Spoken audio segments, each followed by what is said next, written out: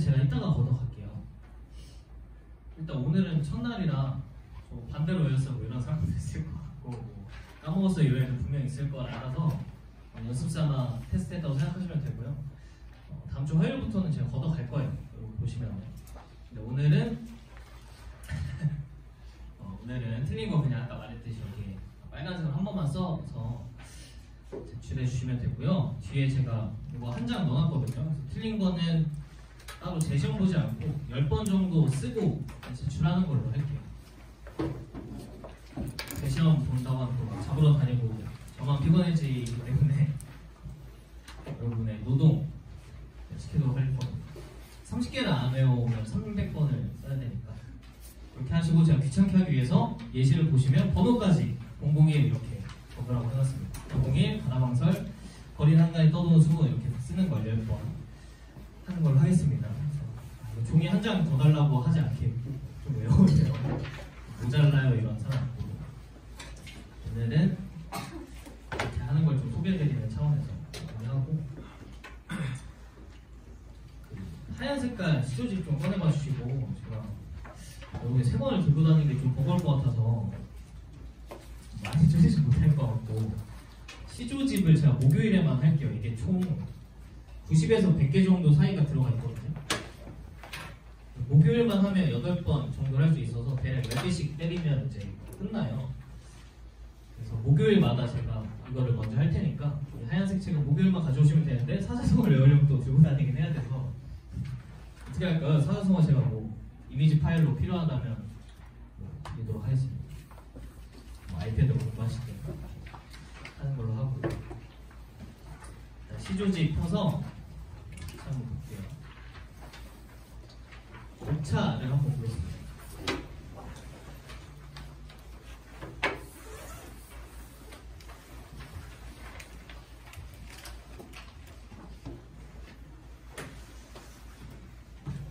일단 이번 겨울방학에는 평시조 그리고 사설시조 위주로 넣었고 여러분이 2학년 문학 내신에서 마주하게 될 외부 지문은 평시조랑 사설시조가 압도적으로 많이 나와서 이렇게 넣었습니다.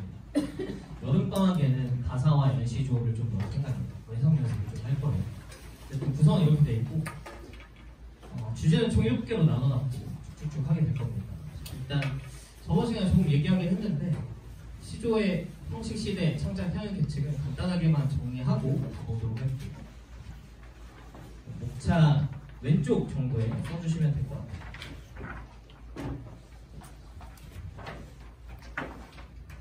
어제 한 거라 잘 할 것 같은데 어제가 아니죠? 그저께. 자, 형식 알죠? 이제 369가 아니라 3장 9 다시 모자 내외의 정형시를 시조라고 합니다.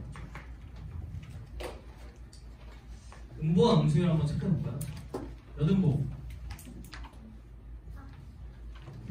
다음보죠.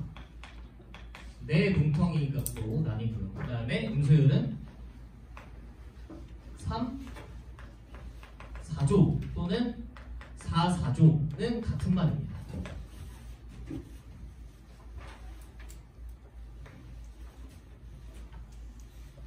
맞죠? 이거 한 거지?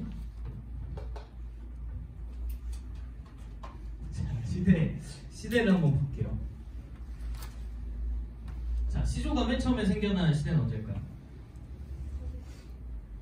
고려 시대입니다.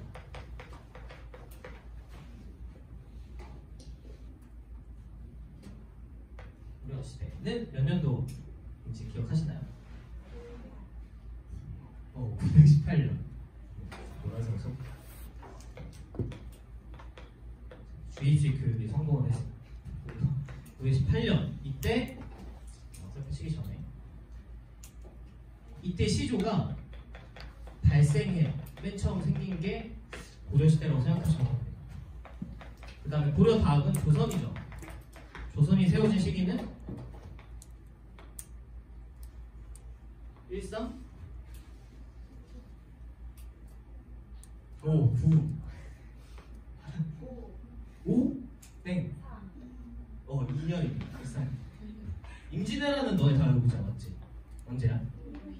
1592년이죠. 이러고 있을 때 아니다. 여기서 마이너스 200 하면 돼.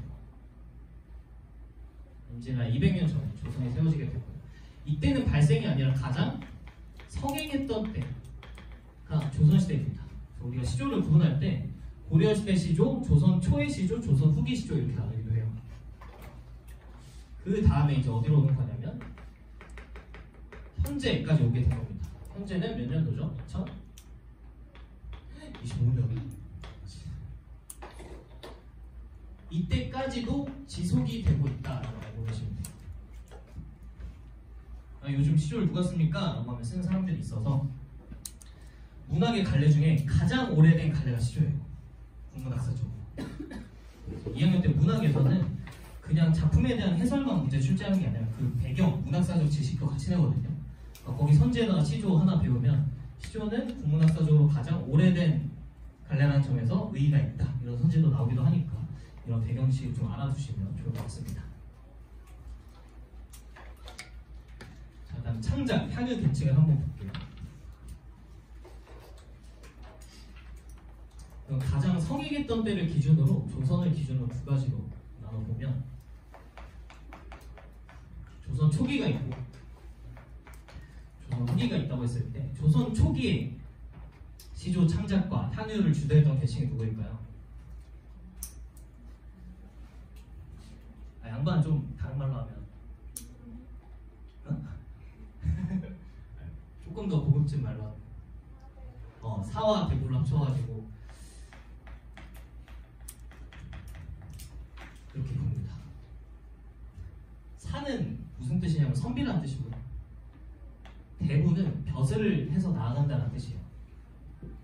그러니까 당대의 양반은 그냥 자연에 파묻혀서 거기서 처사의 삶을 살거나 아니면은 뜻을 이루기 위해서 벼슬로 나아가는 두 갈래 길이 있었어요.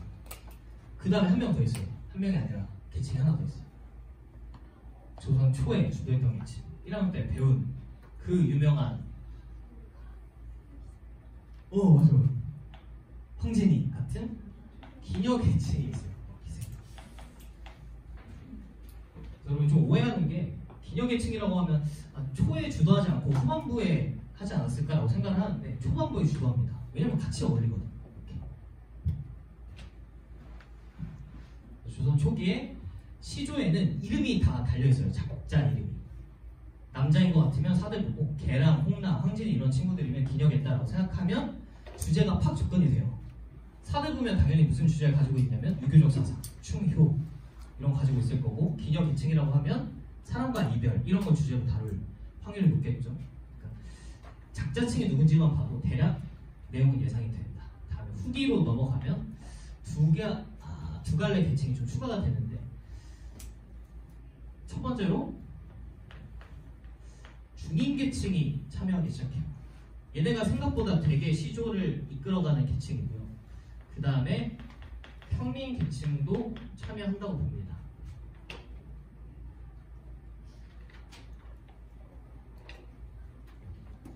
제가 대학교에서 배울 때는 교수님이 얘는 아니라고 했어요.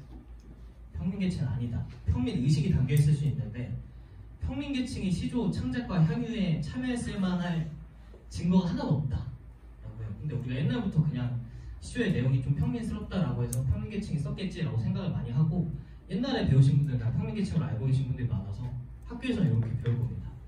근데 진짜로 주도했던 건 중인계층. 얘네를 뭐라고 부르냐면 직업적으로 시조를 창작한 애들은 가객이라고 불러요. 청구영원, 해동가요 이런 시조집이 있습니다.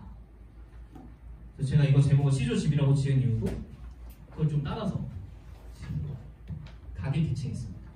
김수장 이런 사람들 직업적으로 시조를 창작해내서 유통하기 시작해요. 원래 이 전까지 그냥 즐기는 용도였거든요. 예를 들어 힙합인데 우리끼리 그냥 여기서 재밌게 놀려고 하다가 어느 순간 직업적으로 앨범을 발매하고 이렇게 시작했던 거죠. 그래서 시조에 대한 배경 지식은 이 정도가 있다라고 생각해 주시면 되고요. 오른쪽에 하나만 더 적어볼게요. 목차 오른쪽에 도전 씨가 포인트를 하나 좀 적어보도록 하겠습니다.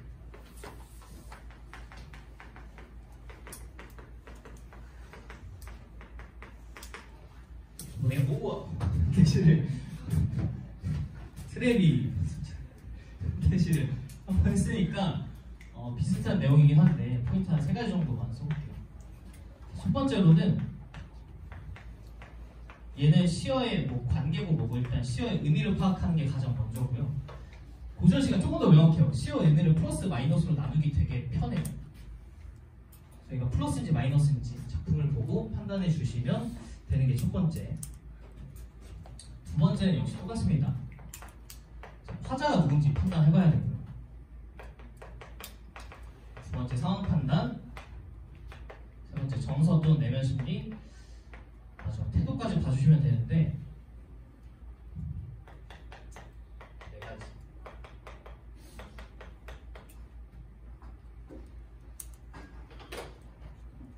고전시가 조금 처음에는 어려운데 나중에는 쉬워진 이유가 얘가 아주 전형적이에요. 상황이. 그래서 제가 저걸 7개로 나눈 거예요. 주제가 아주 전형적이에요. 상황이. 임금에게 충성하는 상황, 기녀인데 이별하는 상황, 뭐 등등 되게 전형적인 상황이라서 여러분들이 상황을 머릿속에 몇 개 알고 계시면 아 대략 이런 카테고리 안에 들어오겠다고 예측이 가능해서 좀 더 빨리 읽어낼 수 있습니다. 저걸 파악해서 결국 하고 싶은 건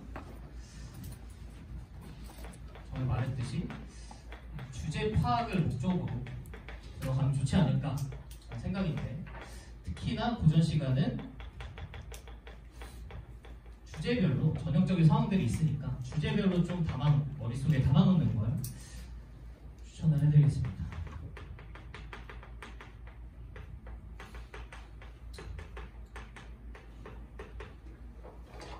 주제별로 머릿속에 담아놓는다. 이게 가장 중요한 거니까.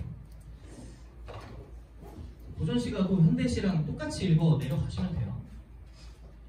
화자상황 정서 태도를 좀 파악하면서 나는 주제를 찾겠다라는 목적으로 읽어 내려가면 그게 어렵지 않은 관리가 되지 않을까 싶습니다.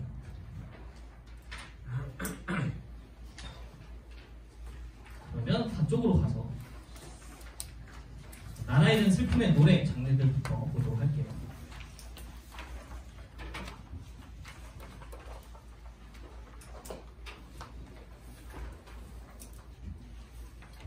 형광펜을 가져오셨으면 일단 체크 좀 하고 갈게요. 자, 맨 위에 주제를 써놓은 거거든요. 원래 우리의 목적은 주제를 찾아나가는 건데 어차피 똑같은 주제가 반복될 거라서 위에 미리 써놨습니다. 이건 주제예요. 여기다가 색칠하고 기울어가는 고려의 구분에 대한 탄식, 그리고 우국충정.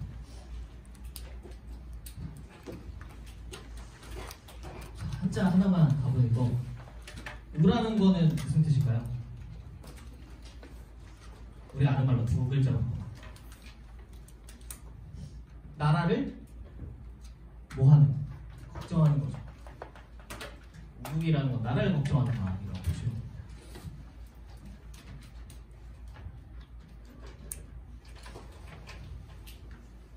자, 얘들아 보면서 화자상황 정석태도 좀 잡으려고 노력하시고 주제가 뭘까 잡으려고 노력하면서 읽어보면 돼요. 볼게요. 일단 백설이 자자들은 골짜기에 구름이 머글래라 이렇게 써있습니다. 첫 번째 이 작품의 포인트는 여기에요. 머글다.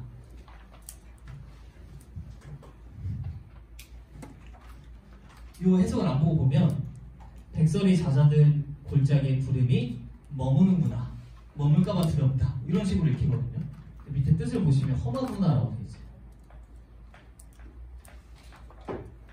얘를 본문으로 만나게 되면 해석 문제를 꼭 물어봐요. 여기 다 틀리거든요. 그래서 제가 오른쪽에 좀 우매한 방식이지만 베껴서 쓰는 거를 해보라고 하는 이유는 혼자 써보면 이런 걸 분명 틀려. 그럼 나도 모르게 놓치고 있는 부분들이 있다는 거거든요. 그걸 좀 찾기 위해서 오른쪽에 한번 써보라고 말씀을 드린 겁니다. 자, 첫 번째는 일단 상황을 보여줄 거죠. 제가 화자정서 상황 태도 이거 보라색으로 좀 표시하고 표현법이나 시어 의미 관련된 거 빨간색으로 표시를 할게요. 백설이 자자들은 보자. 구름이 험하다. 반가운 매화는 어느 곳에 피어 있는가. 석양에 홀로 서 있어서 갈 곳을 몰라 한다. 마지막에 드러나는 화자의 태도죠. 어디로 갈지 모르겠다. 그리고 결국은 주제가 여기서 뽑히지 않을까. 어디로 갈지 모르겠다. 시의 의미만 좀 적어볼게요. 백설은 눈인데 우리가 일반적으로 눈의 상징적 의미라고 하면 시에서 플러스예요, 마이너스예요? 마이너스로 좀 많이 알고 있는 것 같거든. 눈, 고난, 시련 이렇게 가잖아. 이 안에서 파악해야 돼. 백설이 잦아들었어. 시련이 사라졌구나 라고 읽으면 안 되고 상황이 잘 파악해봐야 돼. 구름이 머물고 있어요. 반가운 매화는 어느 곳에서 피었는가. 석양, 해가 지는 시간에 홀로 서있어 갈 곳을 몰라 한다. 이것만 보고 잘 안 잡힐 수도 있는데 배경이 고려라는 걸 좀 아시면 구름이 머무는 게 현재 상황이잖아. 그럼 얘가 플러스야 마이너스야? 얘가 마이너스로 가야 돼. 상황 보기 맥락을 좀 준다면 그럼 얘는 조선에 가까워 고려에 가까워? 얘가 좀 조선에 가까운 친구일 거야. 그렇죠? 눈이 사라진 곳에 조선이 딱 생겼다라는 말은 얘가 고려 쪽이라는 얘기고 백설은 플러스의 의미를 가진다라고 보시면 됩니다.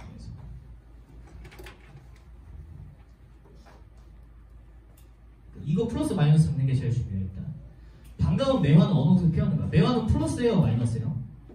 플러스야. 기준은 반갑다라고 했으니까 플러스. 그럼 뭐 고려 쪽에 가깝겠지. 이 정도만 아시면 돼요. 얘네 두 개는 호응하는 시어구나. 이렇게. 석양, 해가 지는 시간에 홀로 서있어 갈 곳을 몰라 한다. 일단 시간이니까 한번 체크 좀 해주시면 좋고요. 시간, 공간 이런 것들. 해가 이렇게 떨어지는 이미지를 생각해 보시면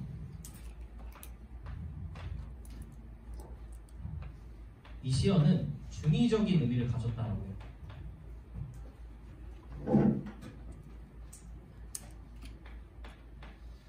그 뭔가 떨어지잖아. 조락의 이미지라고 해요. 져버리는 이미지야. 석양이니까 해가 지는 시간. 세 번째, 하강적 이미지. 이 정도를 물어봅니다. 근데 왜 중의적이냐라고 하면 실제 해가 지는 시간으로 볼 수 있는데 배경에 뭐가 있냐면 고려가 많은 상황이죠. 그럼 석양을 뭐라고 볼 수 있냐면 쇠퇴하고 있는 고려의 운명 정도로 해석할 수 있어요. 그래서 중의적이라는 표현을 이렇게 쓰는 겁니다. 조락, 하강의 이미지까지 보시면 이 정도 읽어내시면 괜찮을 거다. 밑에 보시면 화장은 고려의 충신이고요. 상황은 우국지사를 기다리고 있다. 우국지사의 노란 색깔 한꺼번에 한번 쳐볼게요.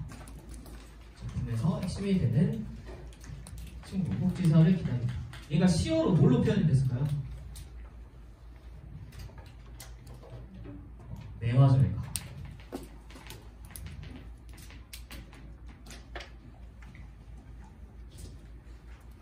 여러분이 약간 그냥 학생 입장에서 읽을 때는 백설 좋은 거네, 구름 안 좋은 상황인 것 같다, 험하다라고 했으니까 매화 좋은 것 같다 이 정도 읽어낸 다음에 보기에서 이 작품은 우국지사를 기다리는 내용을 담고 있다는 걸 확인한 다음에 얘가 그럼 매화네 이렇게만 연결해 주시면 돼요. 자, 그래서 밑에 사음보의 율동을 사용한다. 이거는 맨 처음이라서 좀 넘은 거고 시조라면 다 사음보입니다. 그렇죠? 그래서 읽을 때 학교에서 보통 이거 뭐 한 줄씩 막 이렇게 읽게 시키잖아요.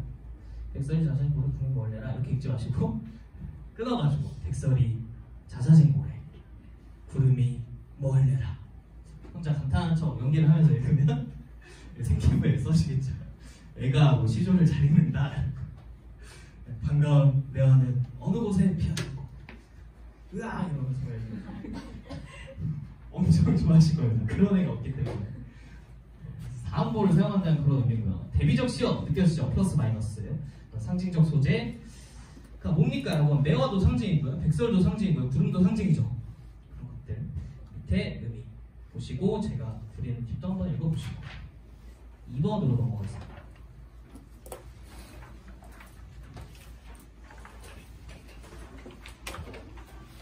자, 일단 주제 파란색으로 표시해보면 고려 왕업의 무상함 이렇게 써있습니다.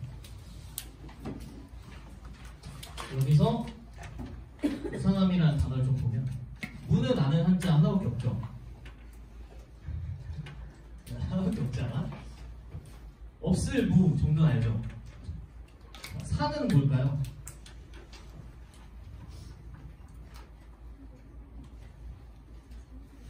상. 항상 상자.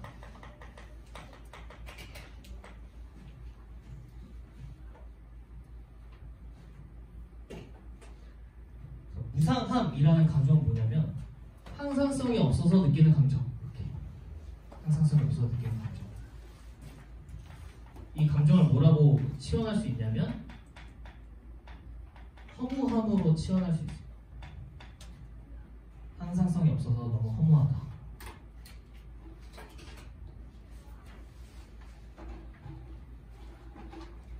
그리고 이걸 네 글자로 표현하면 와, 인생 참 무상하다 라고 얘기합니다.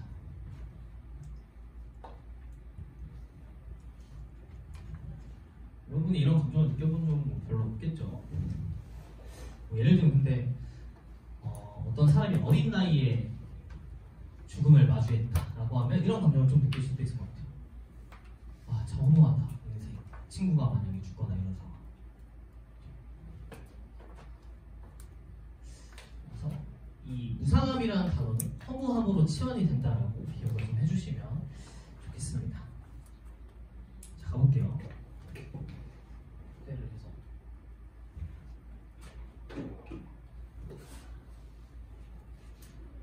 초장에 선인교회 표시 한번 해보시고요. 자하동에 한번 표시해볼게요. 공간적 배경 또는 시간적 배경이 나오면 하면서 봐주시는 게 좋은데, 일단은 뭐뭐교라고 했으니까 이건 다리를 말하는 거고요. 자하동이라고 했는데 여기 물수변이 이렇게 찍힌 걸 보니까 얘는 뭔가 물과 관련된 소재라는 걸 알 수 있습니다. 그냥 동네겠죠. 자, 선인교에 흘러내리는 물이 자하동으로 흘러줘요. 그러면 객관적으로 우리가 판단할 수 있는 건 상황이에요. 물이 흘러가는 상황이구나, 이 정도 파악할 수 있습니다. 근데 어휘 뜻풀이를 보시면 선인교가 어디 있는 다리냐면 개성에 있는 다리예요. 자하동이 어디 있는 동이냐면 개성에 있는 동이에요. 개성이 어디죠? 북한인데 얘가 누구의 수도? 고려의 수도. 어휘 뜻풀이로 개성을 줬다는 건 지금 고려 얘기하고 싶다는 뜻이라고 받아들이시면 돼요. 그리고 고려의 수도.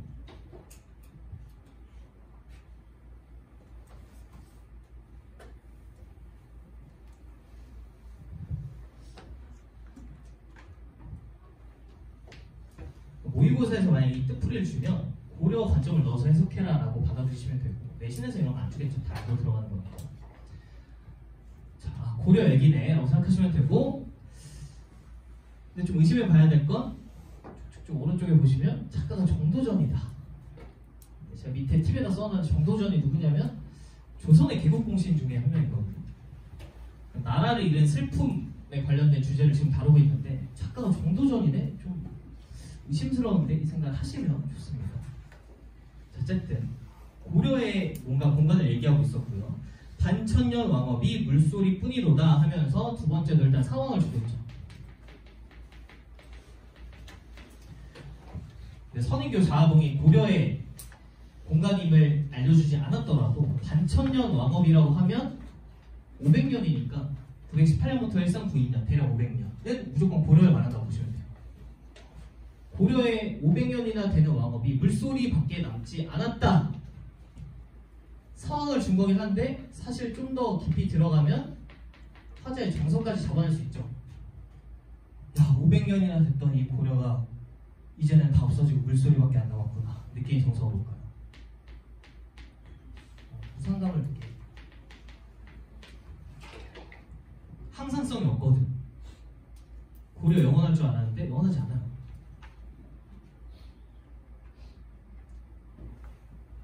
그래서 여기까지 읽으면 일반적인 고려가 망해서 지은 시조랑 똑같은데 마지막에 뭐라고 하냐면 애를 한 명 부른 다음에 그냥 갑자기 애한테 고국의 흥망을 물어서 굳이 무엇하겠느냐라고 마음을 지어요. 이게 정도전이라는 걸 조금 염두에 두고 읽으면 여기서 얘 태도가 드러나는데, 야 고국이 흥하고 말하는 거 뭐 물어서 무엇하겠어. 그냥 망하면 망한 거지. 그냥 시류에 따르면 되지. 그냥 시세에 영합하면 되지 라고 마지막에 이런 태도를 보여주기 때문에 여기서 역시나 주제가 잡힙니다.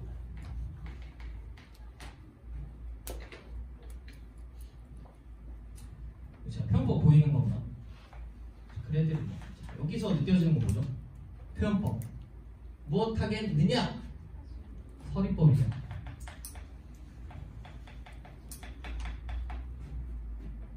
궁금해서 물어보는 게 아니에요. 이번 시간 서리법 했나요? 안 했죠?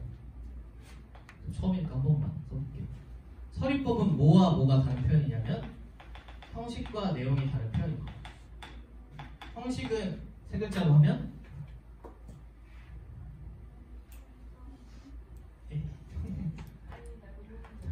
의문문이죠. 형식은 의문문인데 내용은 감탄문에 가까운 친구들 서리법이라고 합니다.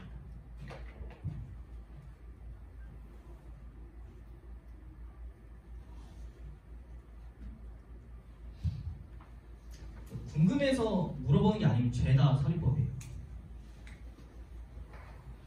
오늘 끝나고 남자친구 만나러 가서 나 뭐 바뀐 거 없어? 근데 서리법이 아니야.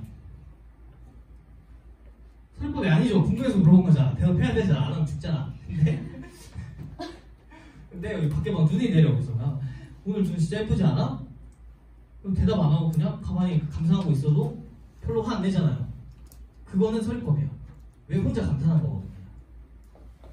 궁금해서 물어보는 건 그냥 의문이고 궁금해서 물어보지 않는 건 다 서리법이다.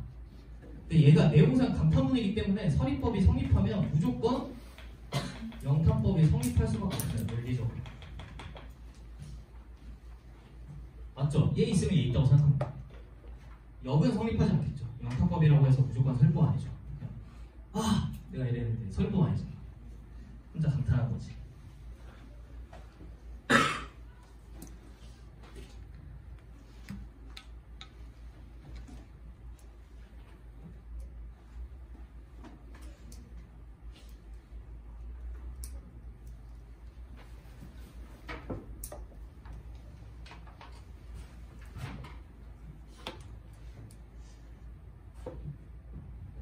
그래서 여러분 여기를 표시해 주시면 그럼 다 까먹어도 얘만 기억하면 돼요. 정도전 이 자식. 그래서 고려 망해서 슬프다는 게 아니라 은근히 시류에 따라야 함을 강조하고 있구나. 이걸 기억해 주셔야 돼요.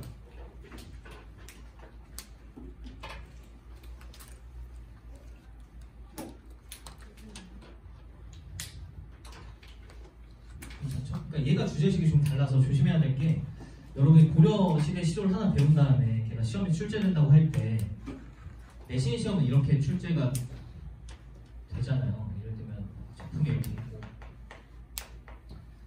문제가 1번부터 이렇게 5번까지 딱 있다고 할 때 이 작품의 주제의식과 가장 이질적인 것을 골라라 라고 했을 때 500명 왕후 막 이러고 있으니까 고려 얘기 같단 말이에요. 얘도 고려 얘기 고려 망해서 슬픈 얘기야. 근데 이번에 얘가 딱 들어있으면 얘가 오답이야. 얘는 시세에 따르자가 주제잖아. 최종 주제가. 여러분이 시험 볼 때도 헷갈리는 게 주제가 이질적인 거 골라라 그랬는데 500명 고려? 무상감 있긴 있으니까 똑같겠지라고 생각하면 안 되는 게 주제 자체 마지막에 나오는 거기 때문에 끝까지 따라가서 주제가 좀 다르네 이렇게 체크해서 풀어주셔야 됩니다. 다음 3번 가보겠습니다.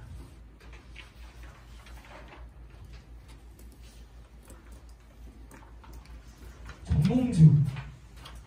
네, 유명한 시조죠. 스테디셀러에서 뺄 수가 없었어요.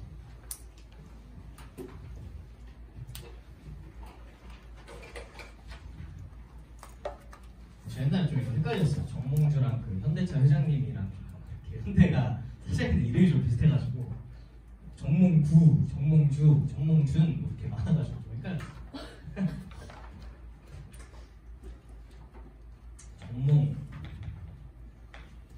부일 거예요 아마 현대차 회장님. 어떻게 하냐 이거 한양대 가면은 거의 정몽부 현대차 건물 뭐 이런 게 있거든요. 현대에서 지어준 거. 그게 건물이 제일 좋아요. 지어줘가지고. 한양대 그 자동차학과 가시면 현대차가 무조건 들어간다고 하더라고요. 나중에 취업이 잘 되는 데는 잘 몰라서. 계약학과 이런 거 있죠. 입학만 하면 삼성 보내준다. 한양대 반도체학과, 성균관대 무슨 공대고시, 충실대 정보보호학과 등록금도 다 내줘요 회사에서. 삼성이랑 계약학 가면 졸업하고 삼성 가면서 등록금도 다 내주는데 나중에 배신일 때 저 LG 갈래요? 이러면 다시 반납하게 해야 돼요. 일단 가는 게 좋죠. 어쨌든 갑자기 정몽주하면 이상한 거 생각난 거 아니에요? 이걸 생각하시면 돼요. 자, 맨 위에 한번 써보시고 고려 왕에 대한 변화 없는 충절. 자,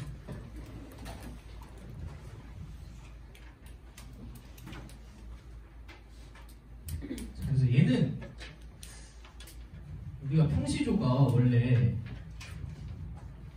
우리처럼 이렇게 텍스트로 향유했던 게 아니거든요. 원래 그냥 입에서 입으로 전달했던. 사대부들끼리 모여 앉아가지고 심심하잖아. TV도 없고 유튜브도 없으니까 이런 거 지어가지고 서로 놀았던 건데, 그러니까 제목이 없어. 따로 써서 향유한 게 아니기 때문에. 근데 얘는 제목 같은 게 달려있어요. 후대에 이거의 제목을 후대 사람들이 지은 거죠. 제목이 뭐죠 이거? 단심가라고 부르죠. 너무 베스트셀러니까 제가 한번 써볼게요. 얘를 부르기 전에 이방원, 태종 이방원이 먼저 지은 시조를 하여가라고 하죠. 써볼까요? 자, 초장 이런 데를 어떠하며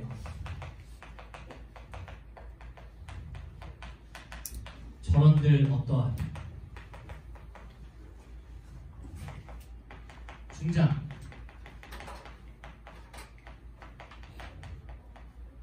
만수랑 만수산 드렁치기 얼거진들 어떠하니 우리도 이와 같아서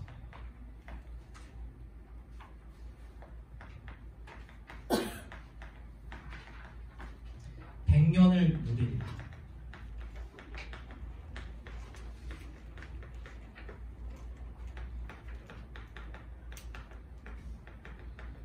이방원이 쓴 하여가라는 나중에 제목을 받게 되는 시조이고, 이제 조선 쪽을 상징하는 인물이죠.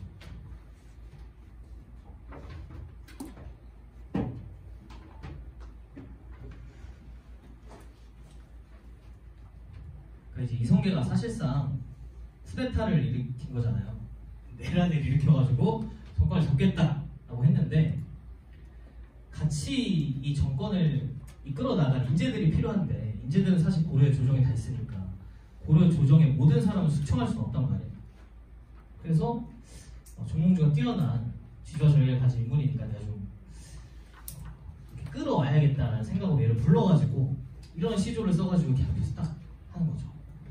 조선시대 쇼미더머니 배틀 이런들 어떠하며 저런들 어떠하냐, 야 칠기 막 이렇게 얼거진들 어때? 이 말은 뭐야? 조선이면 어떻고 고려면 어때? 그럼 우리 100년을 누리자, 같이 행복하게 살자, 이렇게 말합니다.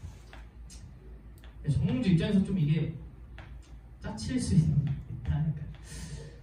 고려 500년이나 지속되는데 몸 100년을 누려, 한 1000년 누리자고 하면 내가 해보겠는데 뭐 이런 생각일 수도 있고, 이거에 대한 답도로 저는 딱 지어주는 거고, 이제 쟤를 읽어볼 건데, 제가 이 상황 설명을 드리는 이유는 관련돼서 시조가 하나 더 있거든요. 이런 다음에 이방원이 저 시조를 듣고 기분이 어땠겠어? 아, 얘는 안 되겠다, 죽여야겠다 이런 생각할 거 아니에요. 나중에 정몽주를 따로 불러내. 정몽주가 이방원이 초대해서 오늘 가보려고 합니다 라고 어머니에게 말씀을 딱 드렸는데, 정몽주의 어머니가 가지 말라고 해요.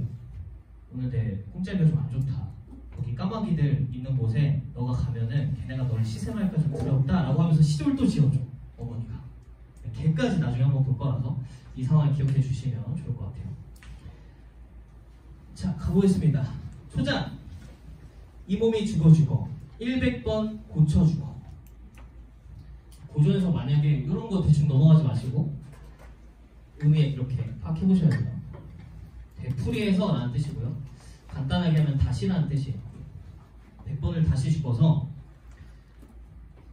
백골이 나의 뼈가 진토. 한자 한번 볼까요? 진 뭘까요?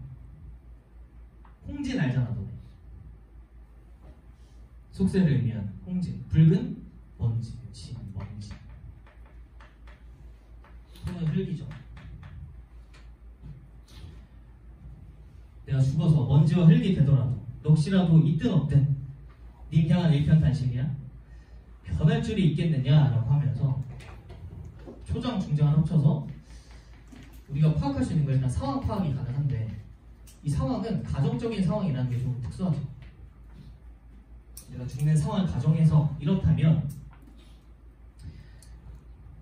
그런 상황이라도 님을 향한 일편단심이야? 가실 줄이 있겠느냐라고 하는 거 보니까 마지막에선 정서가 잡히는 거고 얘가 주제로 역시나 직결된다.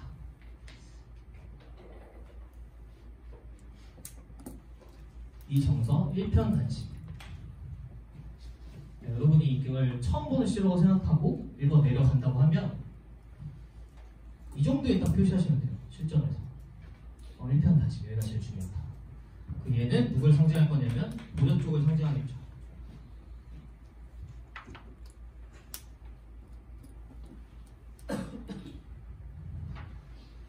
자, 표현법 보이는 거 한번 볼게요.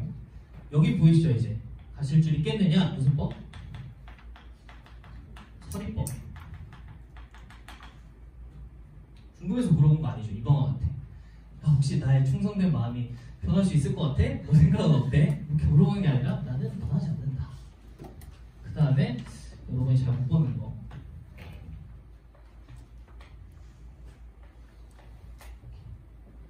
내가 죽어서 100번을 죽어서 백골이 진토가 돼도 의미가 점점 어떻게 돼요? 강조되죠. 점점. 이걸 뭐라 그래? 점층법이라고.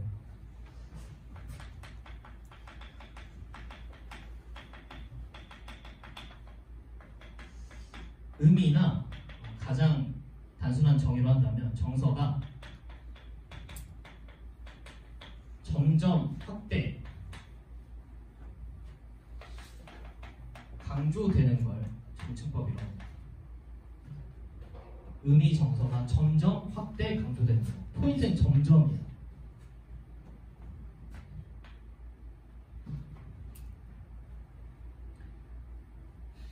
그러니까 사실은 이 시조에 점층법이 없으면 좀 멋이 없어요. 난 죽어도 너에 대한 내 마음은 일편단심이야. 그냥 뭔가 초딩이 쓰는 사랑시 정도밖에 안 되는데 점층적으로 의미가 확장되니까 좀 좋은 거죠. 내가 죽어서 100번을 죽어도 그래서 한 번 더 내 뼈가 다 먼지가 되어도 난 일편단심이야. 엄청 강하다는 게 의미가 강조한 거죠. 보이죠? 의미 정서가 점점 확대, 강조됩니다.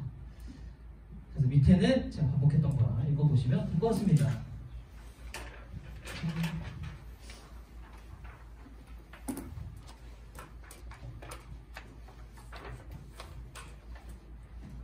하나만 더 할게요.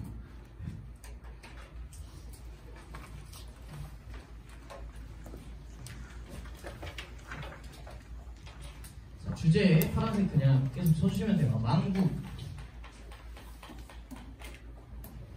나라를 잃어버림에 대한 한과 인생 무상을 느낍니다. 제목이 500년이다. 그러면 당연히 고르겠다. 이제 이렇게 생각하고 들어가셔야 됩니다.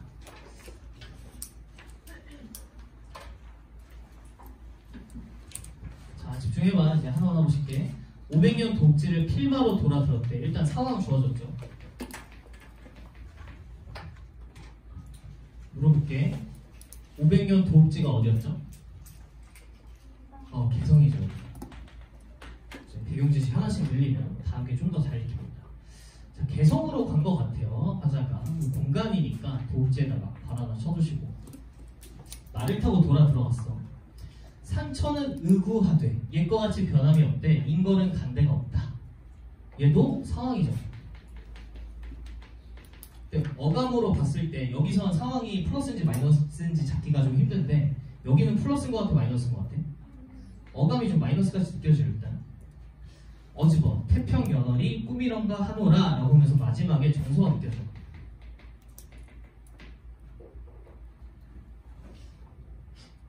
다시 한번 보면 산과 천이네. 합쳐서 뭐라고 보면 될까요? 자연이라고 보면 되죠. 이런 걸 사실 대유법이라고 하긴 하는데 산과 천이 자연의 전부는 아닌데 부분으로 전체를 설명하는 걸 대유법이라고 해요. 용어만 말씀드릴게요.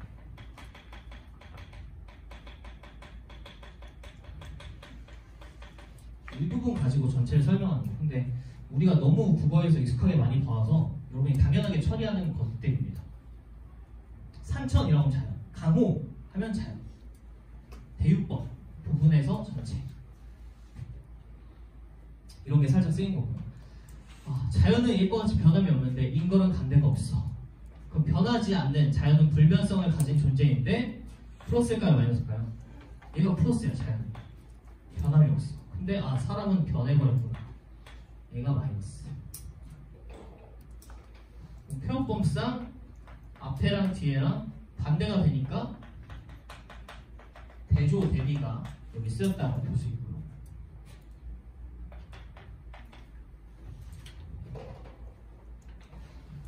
뭐뭐는 뭐뭐한데 뭐뭐는 뭐뭐하다. 이렇게 유사한 통사 구조가 연달아 일어나는 걸 대꾸라고 하죠. 대꾸법.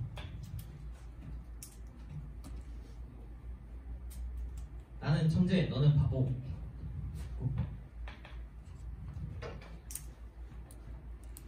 자, 네, 마지막 어집어 해석 보시면 이렇게 되죠? 그럼 얘는 감탄사가 쓰인 거고. 여기 1학년 때 이거 했으니까 이거 감탄사 이거 어디서 온 거죠? 역사적으로? 문학사적으로? 식구체향가의 종장. 미타철에서 만날 나 도닷가 기다리겠노라. 거기서 온 거죠. 이 감탄사 쓰고 있고요. 태평연월이 꿈인 것 같아. 그럼 태평연월은 좋은 거야, 나쁜 거야? 플러스죠. 나의 중학생 시절 꿈만 같아.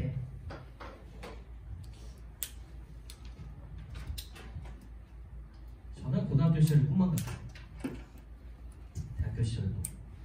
지나고 보면 좋은 걸 알게 되는데 그때 태평연월이 꿈이란가 하노라라고 하니까 얘도 플러스로 잡힌다. 이런 상황 정도 잡아주시면 되고 결과적으로 여기서 느낀 정서는 역시나 무상감이겠죠. 왜? 항상성이 없잖아. 자연은 항상성이 있는데 인간은 항상성이 없어. 고전 시가에서는 자연이 항상성이 있는 존재로 잘 나오니 기억을 해주시면 좋고요. 마지막에 쭉쭉쭉 보시면서 사자성어 3개만 형광펜 쳐두고 넘어갈게요. 노란색이나 초록색으로 인생 무상, 일장 춘몽, 맥수지탄 쳐보시고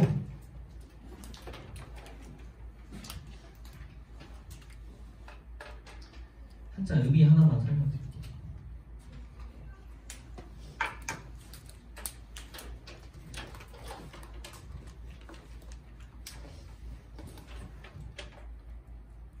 이 한자 뜻이 뭘까요? 보리백자. 이병헌이 오징어 게임에 나오는 분이 선전한 맥주가 한매. 세 번째 보통 지 얘가 많이 나오거든요. 얘 어조사시인데 해석할 때는 뭐뭐의라고 해석하시면 돼요. 세 번째 얘가 나오는 게 엄청 많아요. 탄은 탄식이죠. 맥수지탄 보리가 너무 많이 자라 있어서 느낀 탄식. 보리가 자라는데 왜 탄식해? 보리 자라면 좋은데.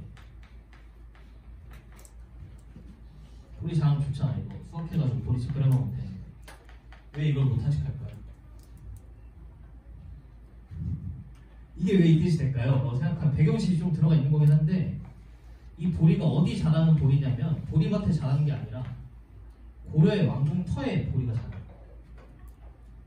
고려를 그리워하는 고려 유신들이 고려 왕궁터로 들어갔더니 고려는 온데간데 없고 고리만 무성하게 잘했어. 거기서 타직을 느끼는 거죠. 고려가 망했구나. 여기가 나타나. 나중에 이런 배경을 알고 계시면 더 오래 기억을 하시겠죠. 자, 잠깐 쉬었다가